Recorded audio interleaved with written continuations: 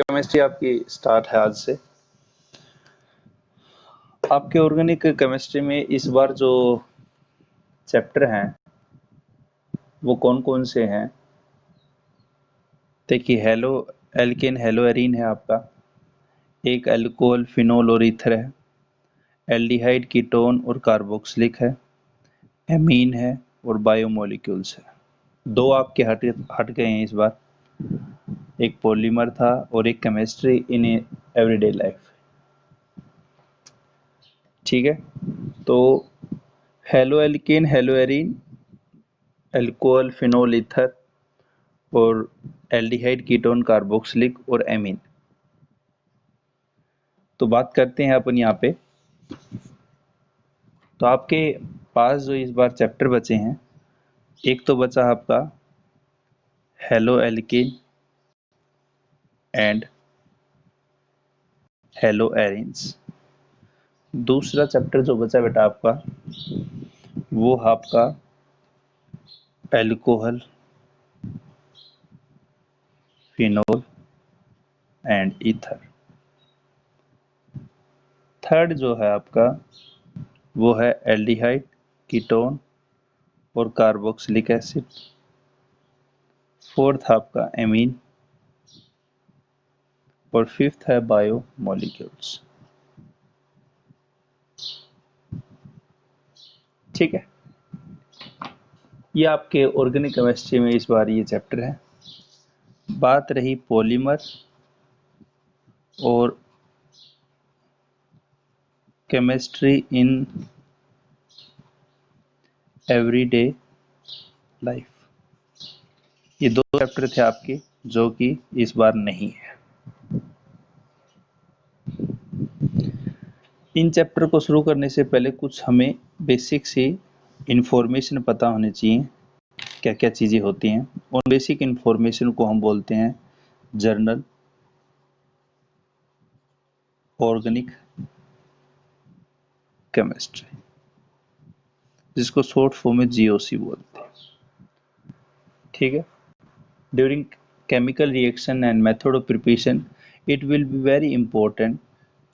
So first we deal general organic chemistry. तो general organic chemistry जो है इसके बारे में हम बात करेंगे। जनरल ऑर्गेनिक केमिस्ट्री जो है वो आपकी बेसिकली क्या है, तो सबसे पहले आप यहाँ पे हेडिंग लिख दो जीओसी। ठीक है, सबसे पहले जीओसी। अब इसमें यहाँ पे सबसे पहले जीओसी में जो आता है वो आपका आता है यहाँ पे एरो का रिप्रेजेंटेशन। सबसे पहले जो बात है वो है एरो रिप्रेजेंटेशन। ठीक है, अगर बात करें सिंपल एरो की तो ये आपका क्या बताता है कि आपका सपोज कीजिए a प्लस बी है और ये आपका क्या दे रहा है, ए बी दे रहा है। तो ये जो एरो है यही एरो आपकी है। ये एरो यहाँ पे क्या रिप्रेजेंट करती है कि रिएक्शन आपकी हो रही है, प्रोसेस ऑफ रिएक्शन को रिप्रेजेंट करती है। तो यहाँ पे ये क्या रिप्रेजेंट करती है, प्रोसेस ऑफ रिएक्शन को रिप्रेजेंट करती है कि रिएक्शन आपके रिएक्टेंट से प्रोडक्ट की साइड हो रहा है या प्रोडक्ट से रिएक्टेंट की साइड हो रहा है। तो ये जो एरो है वो आपका बता रहा है यहाँ पे कोई रिएक्शन आपकी हो रही है, मतलब प्रोसेसिंग आपकी रिएक्शन की हो रही है, ये आपके रिप्रेजेंट करता है। दूसरों एरो की बात अगर करें, एक एरो आपकी इस तरह से होगी, ये आपका बॉन्ड का ट्रांसफर जो होगा, मूवमेंट ऑफ इलेक्ट्रॉन जो होगा उसको रिप्रेजेंट करेगा। तो ट्रांसफर ऑफ बॉन्ड या फिर मूवमेंट ऑफ इलेक्ट्रॉन, क्योंकि बॉन्ड आपका जो बना है वो बेसिकली किससे बना है, इलेक्ट्रॉन से ही बना है। तो मूवमेंट ऑफ इलेक्ट्रॉन इसको क्या करता है, रिप्रेजेंट करता है। जैसे आपकी ये बेंजीन रिंग है बेटा, यहाँ पे ये आपके पाई बॉन्ड है और यहाँ पे जो पाई बॉन्ड है यहाँ पे क्या हो रहा है बेटा, ये जो रिप्रेजेंटेशन है ये रिप्रेजेंटेशन ही आपका क्या है, यहाँ पे ट्रांसफर ऑफ बॉन्ड को रिप्रेजेंट कर रहा है आपका। ठीक है, अब बात करें सर, ये आपका बीच में एरो है वो क्या है? जैसे डबल हेडेड एरो हो तो ये रेजोनेटिक स्ट्रक्चर के बीच में, ये रेजोनेटिक स्ट्रक्चर फर्स्ट है, ये रेजोनेटिक स्ट्रक्चर सेकंड है, तो दो रेजोनेटिक स्ट्रक्चर के बीच में हम जो रिप्रेजेंट करते हैं उसको बोलते हैं रेजोनेटिक स्ट्रक्चर। मतलब रेजोनेटिक स्ट्रक्चर को दिखाने के लिए हम यहाँ पे इस एरो को यूज करते हैं। तो ये आपका क्या है, इट डिनोट या it represent the denote in between resonetic structure. Resonetic structure के बीच में क्या करता है, ये आपका दिखाया जाता है। ठीक है, बात करें अगर यहाँ पे फोर्थ एरो की,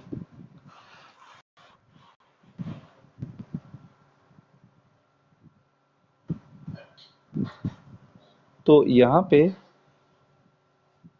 बात करें अगर यहाँ पे एरो के बारे में, तो एक एरो आपका इस कुछ इस तरह से होगा, या आपका हाफ एरो और हाफ एरो इस साइड।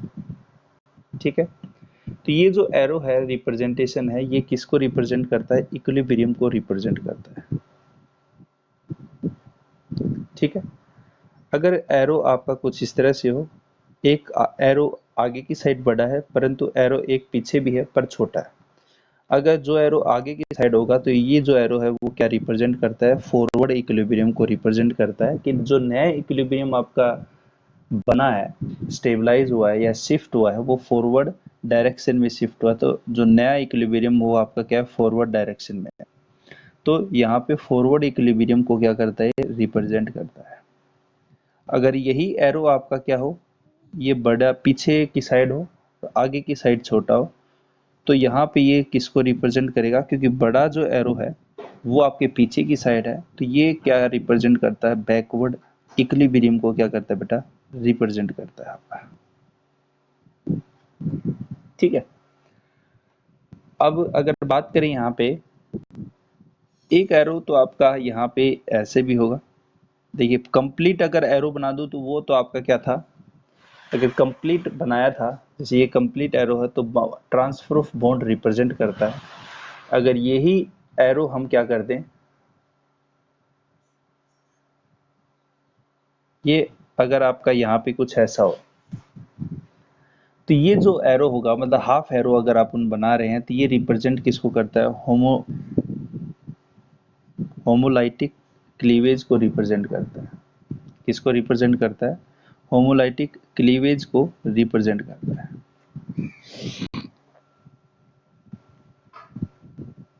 ठीक है, एक और एरो है आपका, ये इस तरह से कुछ एरो हो, ये आपका डाइपोल मोमेंट जो होता है उसको रिप्रेजेंट करता है। इसमें ये आपका हेड होता है और ये आपका क्या होता है? टेल होता है। हेड जो है वो आपका मोर इलेक्ट्रोनेगेटिव एटम की साइड है, और जो टेल है वो आपका क्या है? लेस इलेक्ट्रोनेगेटिव की साइड है। तो ये आपका बेसिकली क्या रिप्रेजेंट करता है?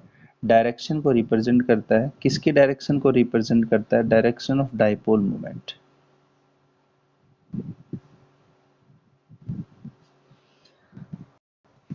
ठीक है, यहाँ पे ये कुछ बातें थी आपकी,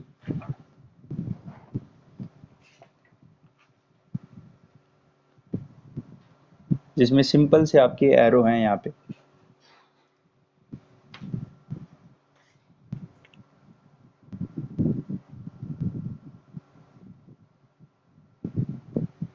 क्या हो गया?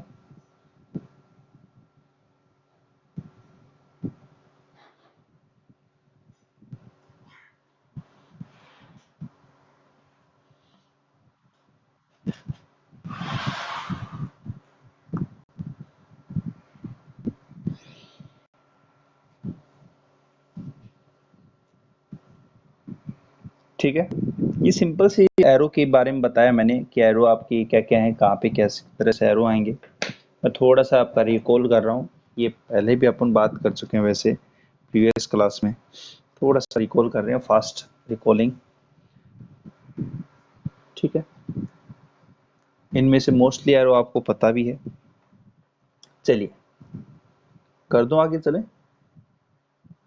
ठीक है, अब बात करते हैं आपका जो अगला टॉपिक है जीओसी का, वो आपका है यहाँ पे डिस्प्लेसमेंट ऑफ इलेक्ट्रॉन। जो इलेक्ट्रॉन का डिस्प्लेसमेंट होता है उसके बारे में बात करेंगे।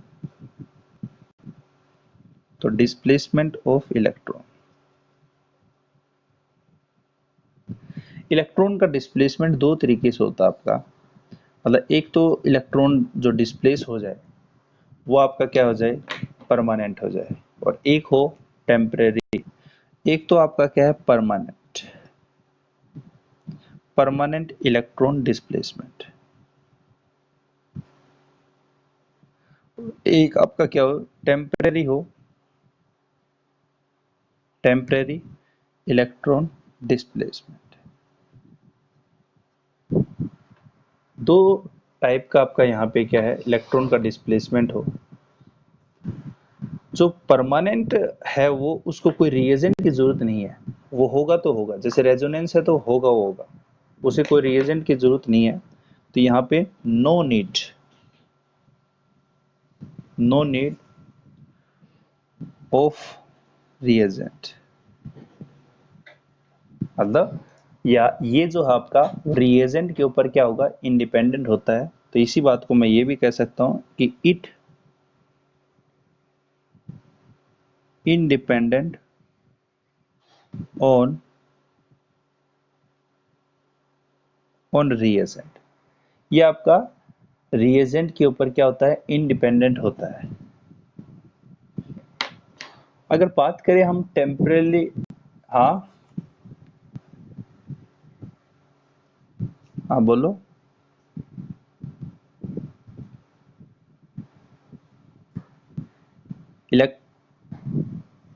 इलेक्ट्रॉन का डिस्प्लेसमेंट जो है, जैसे पाई बॉन्ड है आपका, वो आपका इलेक्ट्रॉन डिस्प्लेसमेंट होगा। जैसे यहाँ पे आपका ये है बेंजीन रिंग, ये आपका यहाँ पे ये जो डिस्प्लेसमेंट हो रहा है आपका, ये इस तरह से जो डिस्प्लेसमेंट है इलेक्ट्रॉन, पहले इलेक्ट्रॉन पाई बॉन्ड जो था, पाई बॉन्ड जो वो आपका क्या इलेक्ट्रॉन की ओवरलैपिंग के कारण ही बना है। ये जो इलेक्ट्रॉन का डिस्प्लेसमेंट है उसके बारे में बता रहा है। अगर ये इलेक्ट्रॉन का डिस्प्लेसमेंट विदाउट रिएजेंट की प्रेजेंस में होता है तो ये आपका क्या होता है परमानेंट इलेक्ट्रॉन डिस्प्लेसमेंट होता है। अगर यहाँ पे अगर कोई रिएजेंट है, ठीक है, जैसे यहाँ पे डबल बॉन्ड और यहाँ पे कोई इलेक्ट्रोफाइल है आपका, और यहाँ पे ये इलेक्ट्रोफाइल जो है ये इलेक्ट्रॉन डेंसिटी अगर शिफ्ट होगी तो ये नेगेटिव होगी और ये आपकी पॉजिटिव होगी। इलेक्ट्रोफाइल आपके कौन से होते हैं, जो इलेक्ट्रॉन डिफिशिएंट होते हैं, और ये इलेक्ट्रॉन डिफिशिएंट है तो ये आपके कहाँ पे अटैक करेंगे, ये करेंगे। तो यहाँ पे ये जो इलेक्ट्रॉन का डिस्प्लेसमेंट हुआ है, ये जो इलेक्ट्रॉन का डिस्प्लेसमेंट हुआ है यहाँ पे शो किया है आपने, ये किसकी प्रेजेंस में हो रहा है, यहाँ पे बेसिकली एक रिएजेंट की प्रेजेंस में हो रहा है। तो ऐसे अगर इस रिएजेंट को हम हटा दें तो ये डिस्प्लेसमेंट वापस अपने ओरिजिनल पोजीशन में आ जाएगा। तो यहाँ पे इसको बोलते हैं टेम्परेली इलेक्ट्रॉन डिस्प्लेसमेंट। तो मूवमेंट जो हो रहा है आपका पाई इलेक्ट्रॉन का, उस मूवमेंट को क्या बोलते हैं, डिस्प्लेसमेंट ऑफ इलेक्ट्रॉन बोलते हैं।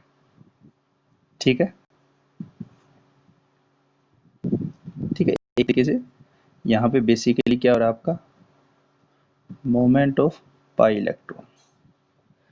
पाई इलेक्ट्रॉन का मूवमेंट जो हो रहा है आपका, वो अगर रिएजेंट आपका यहाँ पे परमानेंट में कोई आवश्यकता नहीं है, जबकि टेम्परेली आपका इलेक्ट्रॉन डिस्प्लेसमेंट है, इसमें क्या होगी अपने को, ये डिपेंड करेगा, इसमें जरूरत होगी आपकी रिएजेंट की, डिपेंड अपॉन रिएजेंट।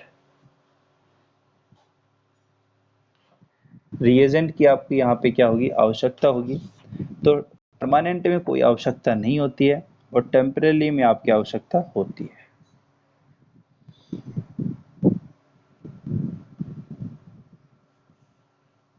ठीक है, समझ में आ गया डिस्प्लेसमेंट कैसे क्या कह रहे हो आपको।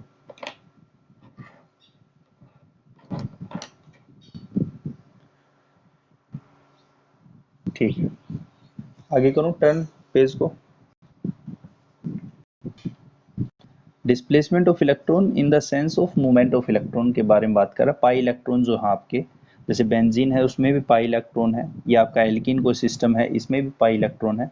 तो पाई इलेक्ट्रॉन का जो डिस्प्लेसमेंट हो रहा है एल्कीन में, कोई इलेक्ट्रोफाइल है या कोई न्यूक्लियोफाइल होगा उसके बारे में बात करेंगे।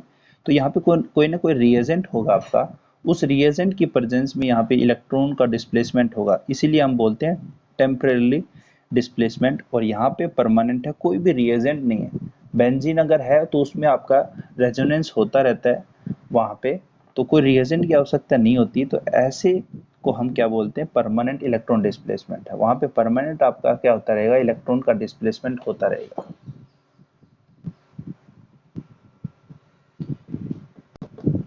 ठीक है, आगे चलो।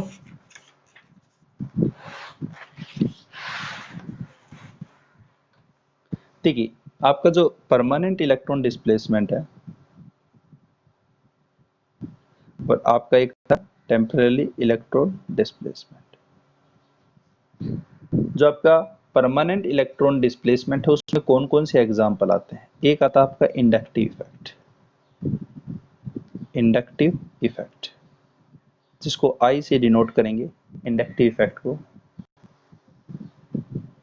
ठीक है, इंडक्टिव इफेक्ट का दूसरा नाम क्या होता है, ट्रांसमिशन आपका नाम होता है, ट्रांसमिशन। ट्रांसमिशन इफेक्ट भी बोलते हैं इसको। जो आपका परमानेंट इलेक्ट्रॉन डिस्प्लेसमेंट है इसमें आपका हाइपर कॉन्जुगेशन, ठीक है, ये इसी में आता है आपका। हाइपर कॉन्जुगेशन को H से डिनोट करते हैं। इसके क्या क्या नाम हैं हाइपर कॉन्जुगेशन के। एक आपका no bond resonance, no bond resonance एक नाम है इसका। यहाँ पे सेकंड ऑर्डर रेजोनेंस भी बोलते हैं इसको। इसी को हम क्या बोलते हैं, बेकर और नाथन ने इसको खोजा था तो इसको बेकर नाथन भी बोलते हैं, बेकर नाथन इफेक्ट। ये दो साइंटिस्ट थे जिन्होंने इसको ऑब्जर्व किया था, बेकर और नाथन ने। इसको हम एक्सेसिव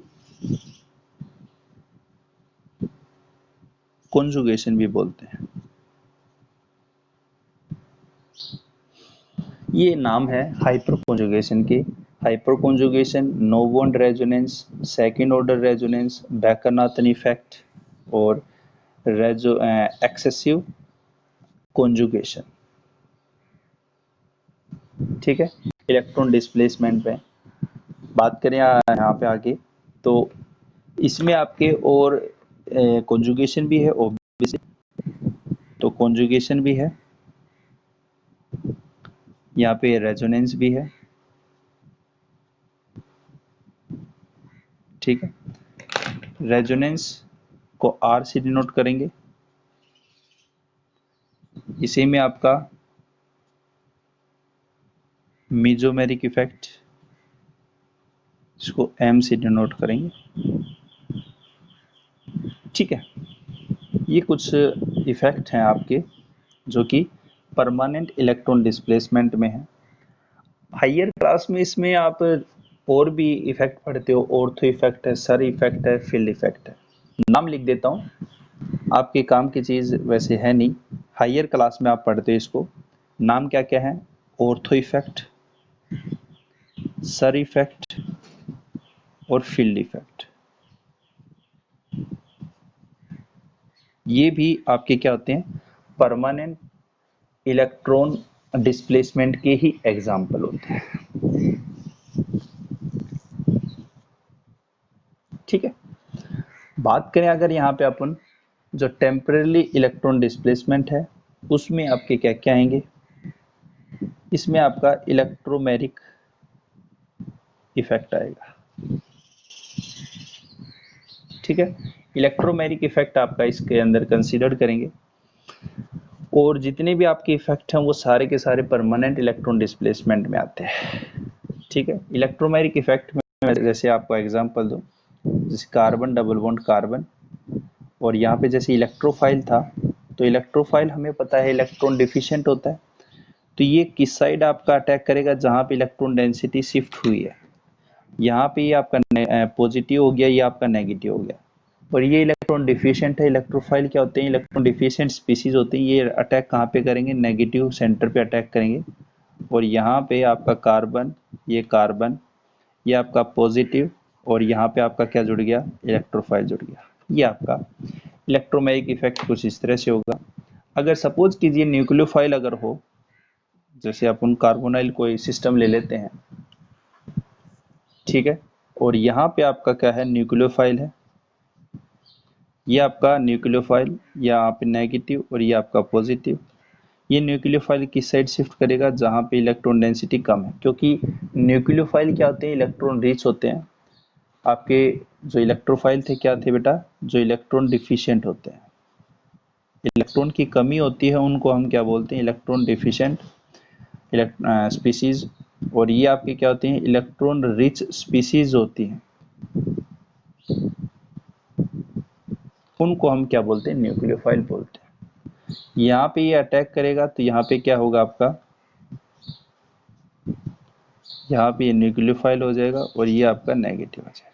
ये कुछ इस तरह से है।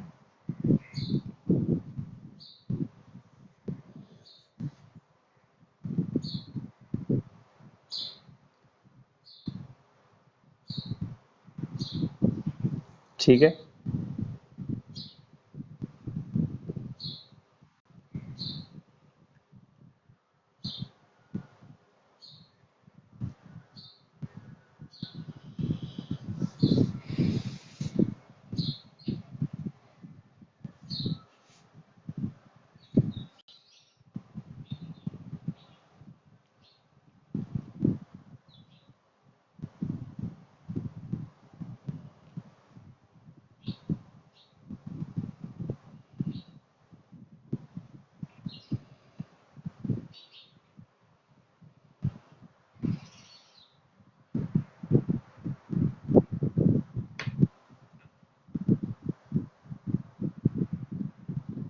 उतार दिया तो मैं आगे चलूँ। अब इनके बारे में डिटेल में बात करते हैं।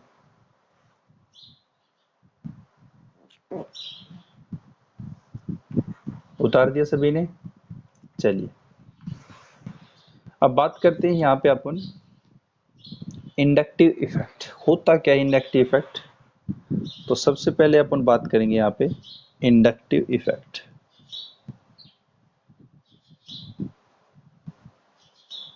इंडक्टिव इफेक्ट, ठीक है।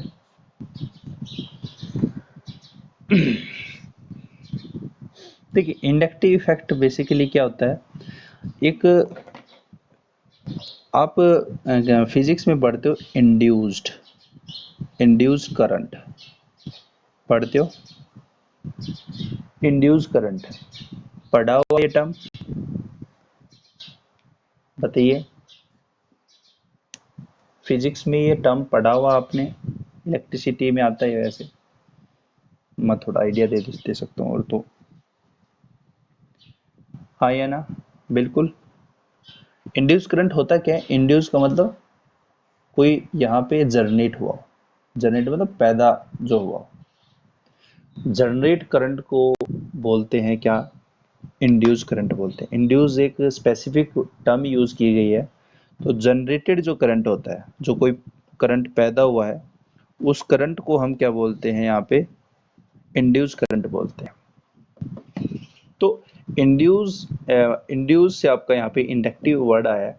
और इंडक्टिव इफेक्ट बेसिकली क्या होता है आपका? किसी से यहाँ पे ये इफेक्ट जो है वो आपका पैदा हुआ है। और ये पैदा कब होता है? जब इलेक्ट्रोनेगेटिविटी जो है, डिफरेंस जो है, वो आपका नॉट इक्वल टू जीरो हो। ये कंडीशन है इसकी इंडक्टिव इफेक्ट की।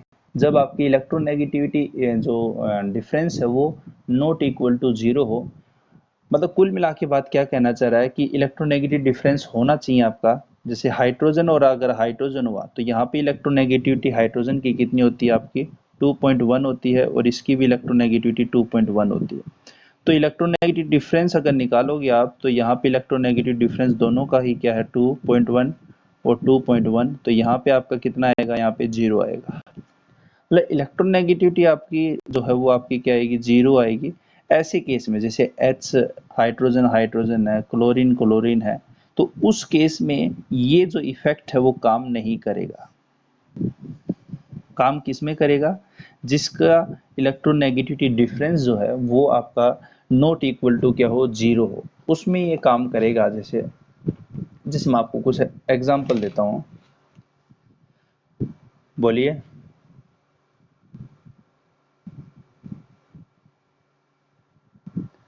इलेक्ट्रोनेगेटिविटी चार्ज से मतलब नहीं है, इलेक्ट्रोनेगेटिविटी मतलब इलेक्ट्रॉन कितना खींच सकता हो, प्रॉपर्टी आपकी इलेक्ट्रोनेगेटिविटी।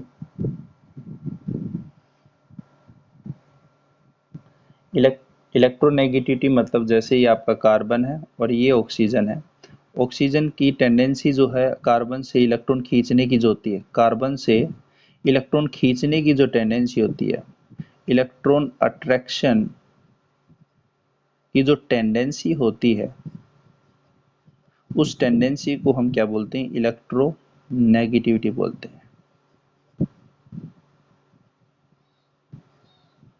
उसको हम इलेक्ट्रोनेगेटिविटी बोलते हैं बेटा।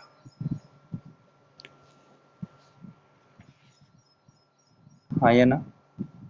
ठीक है, मतलब इलेक्ट्रॉन अट्रैक्टिंग जो पावर होती है, टेंडेंसी होती है, उसको हम इलेक्ट्रोनेगेटिविटी बोलते हैं। भाई जिसकी इलेक्ट्रोनेगेटिविटी ज्यादा हुई वो इलेक्ट्रॉन ज्यादा खींचेगा, और जिसकी इलेक्ट्रोनेगेटिविटी कम हुई उसकी क्या होगी आपकी, वो कम खींचेगा। जैसे हमें पता है कि जो फ्लोरीन है उसकी इलेक्ट्रोनेगेटिविटी जो है वो हाईएस्ट होती है। इसकी इलेक्ट्रोनेगेटिविटी क्या है? हाईएस्ट है पीरियोडिक टेबल में। पीटी मतलब पीरियोडिक टेबल। इसकी इलेक्ट्रोनेगेटिविटी कितनी होती है? 4.0 होती है। 4 पॉइंट कितनी होती है? 0 होती है आपकी इलेक्ट्रोनेगेटिविटी यहाँ पे। तो अगर सपोज कीजिए यहाँ पे हाइड्रोजन है और यहाँ पे क्या है? फ्लोरीन है। हाइड्रोजन की इलेक्ट्रोनेगेटिविटी कितनी? 2.1, और फ्लोरीन की जो इलेक्ट्रोनेगेटिविटी वो कितनी होती है? 4.0। तो इलेक्ट्रोनेगेटिविटी डिफरेंस जो होगा वो आपका 4 माइनस 2.1, तो यहाँ पे आपका कितना है? 9, और ये आपका कितना आ गया? 1। तो 1.9 आया। मतलब इलेक्ट्रोनेगेटिविटी डिफरेंस जो है वो जीरो तो नहीं है ना आपका, कुछ ना कुछ तो वैल्यू है यहाँ पे इलेक्ट्रोनेगेटिविटी की।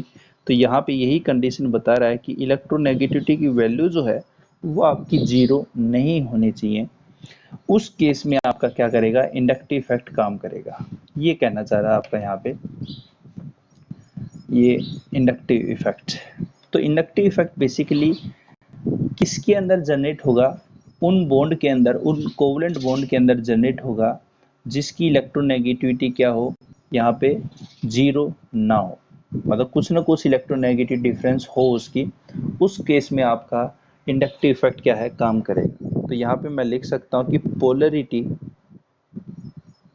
पोलरिटी जनरेटेड या इंड्यूस्ड इनटू किसके अंदर होगा? Covalent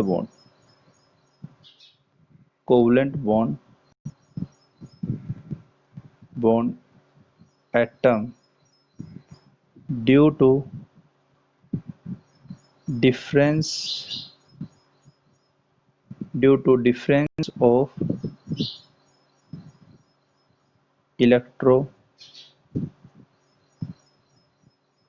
electronegativity known as inductive effect. उसको हम क्या बोलते हैं? इंडक्टिव इफेक्ट बोलते हैं। ठीक है, मतलब सिंपल सी मैंने क्या बताई, जैसे यहाँ पे आपका ये कार्बन था और ये आपका ऑक्सीजन था। यहाँ पे ये बॉन्ड कैसा है? कोवलेंट बॉन्ड है। कैसा बॉन्ड है बेटा? कोवलेंट बॉन्ड है। तो कोवलेंट बॉन्ड जो आपके हैं यहाँ पे इसकी इलेक्ट्रोनेगेटिविटी ज्यादा है, ऑक्सीजन की इलेक्ट्रोनेगेटिविटी क्या है? ज्यादा है। किससे ज्यादा है? कार्बन से ज्यादा है। तो ये क्या करेगा? इससे इलेक्ट्रॉन खींचेगा तो यहाँ पे डेल्टा नेगेटिव आ जाएगा और यहाँ पे डेल्टा क्या आ जाएगा? पॉजिटिव आ जाएगा। डेल्टा नेगेटिव, नेगेटिव का मीन्स क्या है? कि इसने इलेक्ट्रॉन क्या किए हैं? अपनी साइड लिए, मतलब इलेक्ट्रॉन जो गेन करता है और जो इलेक्ट्रॉन लॉस करता है उसके लिए हम क्या करते थे? पॉजिटिव चार्ज लगाते थे। यही तो करते थे, हाँ या ना? बोलिए। तो सिंपल सा यहाँ पे जो है कोवलेंट बॉन्ड जो है जिनके अंदर आपका क्या हो? पोलरिटी जनरेट हो जाए, और ये पोलरिटी जो हो वो जनरेट कब हो? यहाँ पे आपका इलेक्ट्रोनेगेटिव डिफरेंस के कारण हो, तो उसको हम इंडक्टिव इफेक्ट बोलते हैं। तो यहाँ पे सपोज कीजिए, यहाँ पे आपके पास कार्बन है, कार्बन है, कार्बन है, और यहाँ पे मैंने लगा दिया OH ग्रुप। ठीक है, तो यहाँ पे हमें पता है ऑक्सीजन की इलेक्ट्रोनेगेटिविटी ज़्यादा है एज कम्पेयर टू कार्बन। तो यहाँ पे क्या करेगा, ये इससे इलेक्ट्रॉन खींच लेगा, और यहाँ पे इलेक्ट्रॉन क्या है, इससे खींचा, तो यहाँ पे डेल्टा पॉजिटिव। ठीक है, मतलब मैक्सिमम जो इफेक्ट किया है इस ऑक्सीजन ने इस कार्बन पे किया। अब इस कार्बन की इलेक्ट्रोनेगेटिविटी क्या होगी, पॉजिटिव चार्ज आ गया, मतलब इलेक्ट्रॉन खींच चुके हैं, न्यूक्लियर फोर्स ज़्यादा हो चुका है, तो ये क्या कार्बन क्या करेगा, इस कार्बन से क्या करेगा, इलेक्ट्रॉन खींचेगा। तो यहाँ से खींचेगा, तो इसके ऊपर जो इफेक्ट होगा कम होगा, तो डेल्टा और डेल्टा पॉजिटिव होगा। अब इस कार्बन के इलेक्ट्रॉन जो हैं आपके क्या हुए हैं, कम हुए हैं, न्यूक्लियर फोर्स ज़्यादा हुआ, तो ये अगले के ऊपर करेगा, पर ये जो इफेक्ट होगा वो क्या होता जाएगा, बहुत कम होता चला जाएगा। डेल्टा का मीन्स यहाँ पे क्या हो रहा है, ये जो डेल्टा है आपका पॉजिटिव, यहाँ पे ज़्यादा इफेक्ट हुआ है, और ये जो डेल्टा डेल्टा जितने लगाते चले जाओगे इसके ऊपर इफेक्ट क्या हुआ, कम हुआ है। जैसे इसको इसको ऐसे समझिए, जैसे आपके पास यहाँ पे गाड़ियाँ हैं, ठीक है, ये आपके पास गाड़ियां हैं 1 2 3 4 और 5, ठीक है, और यहाँ पे आपके पास कोई ट्रक है, ठीक है, ये आपका कोई ट्रक है, इससे टकराया, तो जो इफेक्टिव कोलिजन हम बोलते हैं, ये जो आपका ट्रक है, ठीक है, और ये सारी कार हैं, तो अगर इससे टकराएगा तो मैक्सिमम इफेक्ट किसके ऊपर शो करेगा, ये जो कार है आपकी पांचवी जो कार है, इसके ऊपर क्या करेगा, ये मैक्सिमम इफेक्ट शो करेगा। हाँ या ना, यही आपका इफेक्ट है। ये जो आपका ट्रक है, ट्रक क्या आपका, ये OH है, ये OH ग्रुप आपका क्या है, एक तरीके से ट्रक है, ठीक है, और ये जो कार्बन है वो कार्बन आपके क्या है, कार है।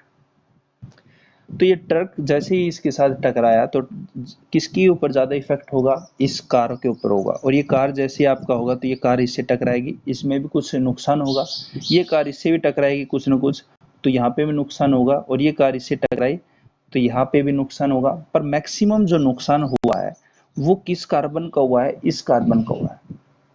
ठीक है, इंडक्टिव इफेक्ट में बिल्कुल इसी तरह से फंडा काम करेगा। ये जो OH ग्रुप है वो एक ट्रक की तरह है, वो क्या करेगा, इससे इलेक्ट्रॉन खींचेगा। OH ऑक्सीजन की इलेक्ट्रोनेगेटिविटी क्या है, ज्यादा है कार्बन से, तो ये जैसे ही इससे इलेक्ट्रॉन खींचेगा तो यहाँ पे डेल्टा पॉजिटिव आ गया। अब ये अपने इफेक्ट को कम करने के लिए क्या करता है, अगले कार्बन से इलेक्ट्रॉन खींचता है, तो यहाँ पे ये जो इफेक्ट होता है वो आपका इस डायरेक्शन में होता है OH की साइड में, और यहाँ पे ये इलेक्ट्रॉन ये अपनी साइड खींचेगा, और यहाँ पे ये इलेक्ट्रॉन अपनी साइड खींचेगा। ठीक है, बस यहाँ पे चार्ज का ये ध्यान रखना है कि ज्यादा इफेक्ट जो हुआ वो किस कार्बन के ऊपर होता है, कार्बन जो है वो सीधा किससे जुड़ा हो, आपका ग्रुप से जुड़ा हो, उससे आपका क्या होता है, इफेक्ट होता है।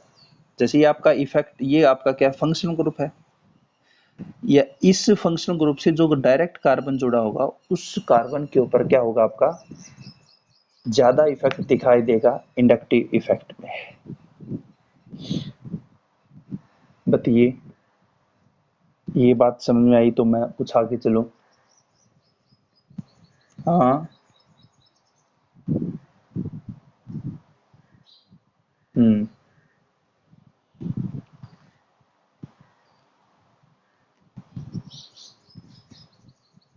3 और 4 कार्बन तक ही होता है इंडक्टिव इफेक्ट जो है, वो ज्यादातर यही देखा गया है कि 3 4 कार्बन तक ही ये इफेक्ट देखा गया है। भाई अब आप ये खुद सोचो, ये ट्रक जो टकराया है, अब अगर यहाँ पे जो गाड़ियां हैं वो अगर 100 गाड़ियां हो, तो ऐसे थोड़ी होती, 100वीं गाड़ी अगर यहाँ पे खड़ी हो तो उसके ऊपर कुछ टूट फूट हो भी ना, क्योंकि वो जरूरी थोड़ी वो इतना इफेक्ट जो इतना दूर तक जाए। तो यहाँ पे डिपेंड बेसिकली किसके ऊपर करता है, कि ये फंक्शनल ग्रुप के ऊपर देखा जाता है, क्योंकि सारे फंक्शनल ग्रुप की इफेक्ट एक जैसे नहीं होते, पर जनरली हम ये कह देते हैं कि जो इफेक्ट है वो 3 और 4 कार्बन तक मैक्सिमम शो होता है आपका।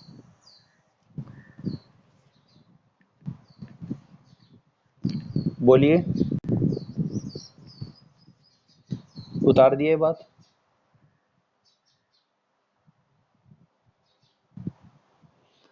आगे चलो। ठीक है।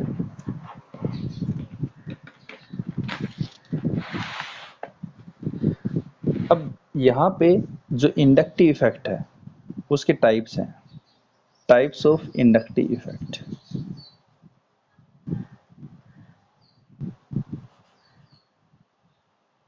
जो इंडक्टिव इफेक्ट है बेटा आपका वो दो टाइप का होता है, ठीक है। एक तो आपका यहाँ पे पॉजिटिव इंडक्टिव इफेक्ट है और एक आपका नेगेटिव इंडक्टिव इफेक्ट है। एक पॉजिटिव इंडक्टिव इफेक्ट और एक आपका कौन सा होता है, नेगेटिव।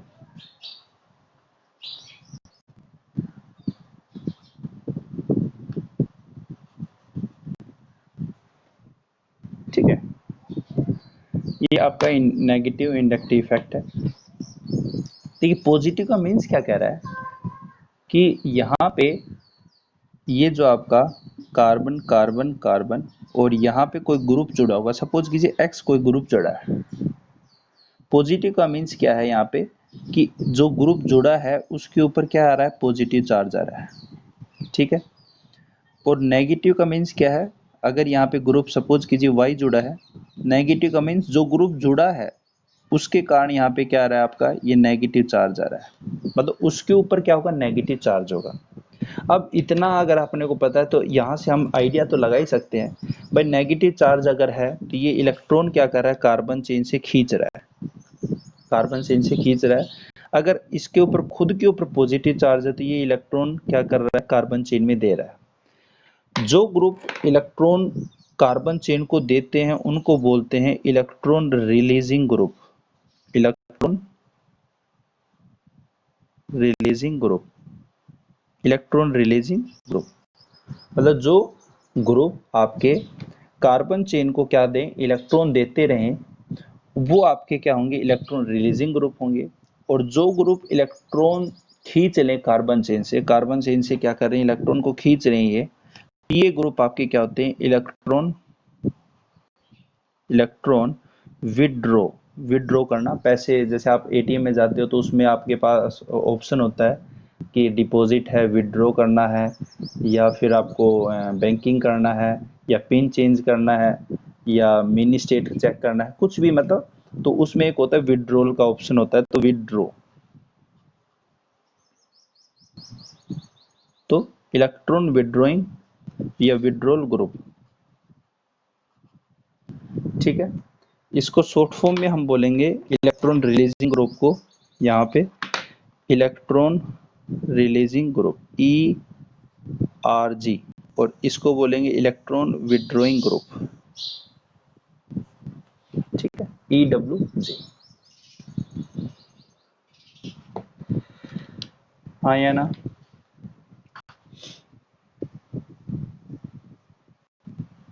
बोलिए।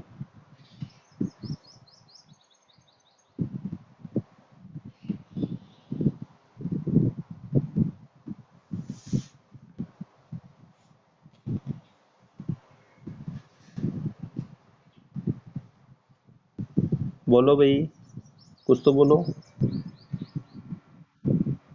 ठीक है, तो अब यहाँ पे कुछ बातें हैं यहाँ पे।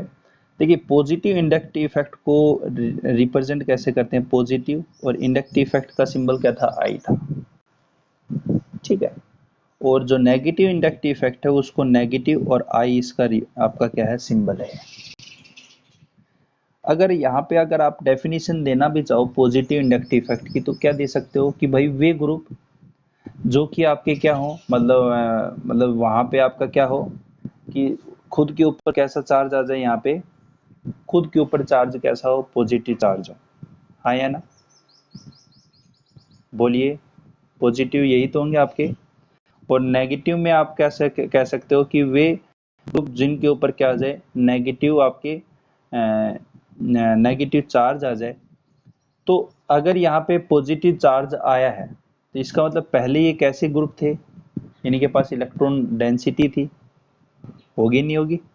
और नेगेटिव वाले जो थे, यहाँ पे आपके पास कैसे ग्रुप थे, जिनके पास पहले से कैसा हो, जिन्होंने इलेक्ट्रॉन डेंसिटी इनके पास क्या थी, कम थी।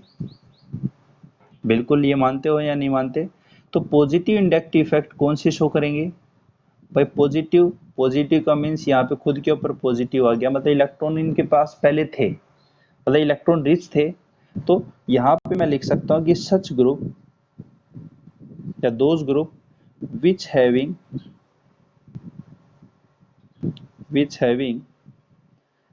इलेक्ट्रॉन रिच, या फिर इसी बात को क्या कह सकते हैं, negatively charged, but after donating electron, donate करने के बाद, आफ्टर डोनेटिंग इलेक्ट्रॉन दे अक्वायर,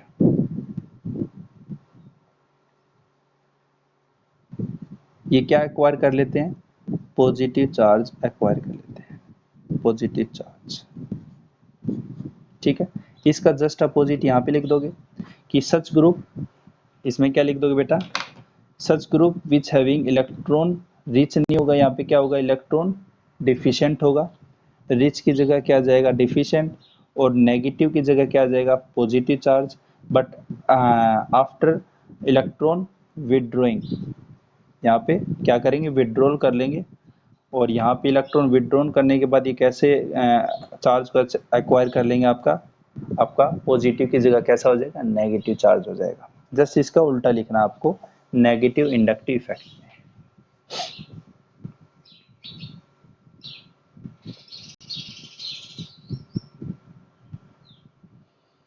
हाँ या ना? तो यहाँ पे जो पॉजिटिव इंडक्टिव इफेक्ट हो कौन कौन से शो होते हैं? जैसे CH2 नेगेटिव है, NH2 नेगेटिव है, ऑक्साइड है, ठीक है, कार्बोक्सिलेट है, इसी तरह से आपका R3 कार्बन है, एक कार्बन, एक एल्काइल ग्रुप हटा दो तो यहाँ पे 2 बचेंगे, एक हाइड्रोजन आ जाएगा। इसी तरह से R, और यहाँ पे CH2 है। ये आपके कुछ इस तरह से होंगे, ये किस में? पॉजिटिव में। और नेगेटिव की बात करूं तो नेगेटिव में चार्ज कैसा होगा इनके ऊपर? यहाँ पे नेगेटिव चार्ज, इनके ऊपर चार्ज कैसा है? यहाँ पे देखिए नेगेटिव चार्ज है इनके ऊपर, और यहाँ पे क्या होंगे? पॉजिटिव होंगे। जैसे OF2 ग्रुप है, ठीक है, OR2 है, पॉजिटिव वाले होंगे। NF3 है, NR3 है, NHR2 है, मतलब एक हाइड्रोजन यहाँ पे आ गया, एक एल्काइल ग्रुप आपका लॉस हो गया। इसी तरह से NH2R है, और NH3 है, और आपका यहाँ पे NO2 है। ठीक है, मैंने दोनों ही बात कही है यहाँ पे कि such group which having electron rich, electron rich है, इलेक्ट्रॉन रिच आपके यहाँ पे ग्रुप है, और यहाँ पे ये हो सकते हैं नेगेटिवली चार्ज भी एक्वायर करें, तो ये नेगेटिवली चार्ज के कुछ एग्जांपल दे दिए यहाँ पे। और इसी तरह से यहाँ पे क्या है? वे ग्रुप जो इलेक्ट्रॉन डिफिशिएंट है, इलेक्ट्रॉन डिफिशिएंट है तो NO2 ग्रुप आपका है। और यहाँ पे दूसरा क्या है? ये पॉजिटिव चार्ज क्या होते हैं? पहले होते हैं, और जैसे ही इलेक्ट्रॉन ये विड्रॉल कर लेते हैं तो इनके ऊपर चार्ज कैसा आ जाता है? आपका नेगेटिव चार्ज आ जाता है, आपका नेगेटिव इंडक्टिव इफेक्ट के अंदर। ठीक है, इसके अलावा अगर आप यहाँ पे NO2 के साथ साथ Cn भी है आपका, CHO, कार्बोक्सिलिक हो गया, फ्लोरीन है, क्लोरीन है, ब्रोमीन है। ठीक है, इस तरह से ये ग्रुप है आपके, जो कि प्लस आई और माइनस आई का ऑर्डर पता करेंगे क्या है आपका।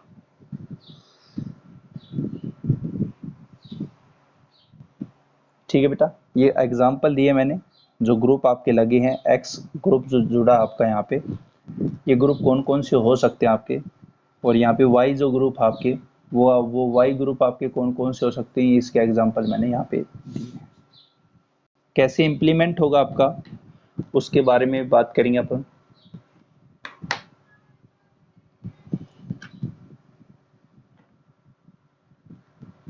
सभी ने लिख दिया?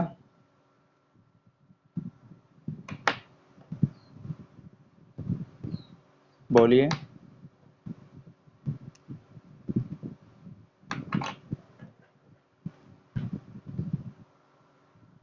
यस, ठीक है, वेरी गुड। तो नेक्स्ट क्लास में कल है आपके यहाँ पे, इससे कंटिन्यू करेंगे। आपके 2 या 3 दिन और लगेंगे आपके, ताकि मतलब यहाँ पे आपका जो 3-4 चैप्टर हो आपको वो बिल्कुल इजी आपको समझ में आएंगे, क्योंकि ये जो इफेक्ट हूँ वो आपके डिटरमाइन करेंगे। कोई भी केमिकल रिएक्शन है, कोई भी केमिकल प्रॉपर्टीज हैं, किस तरह से उसको याद रखा जाए, वो आपको ये तरीका बताएंगे कि कहाँ पे आपका ये न्यूक्लियोफाइल अटैक करेगा और कहाँ पे इलेक्ट्रोफाइल अटैक करेगा।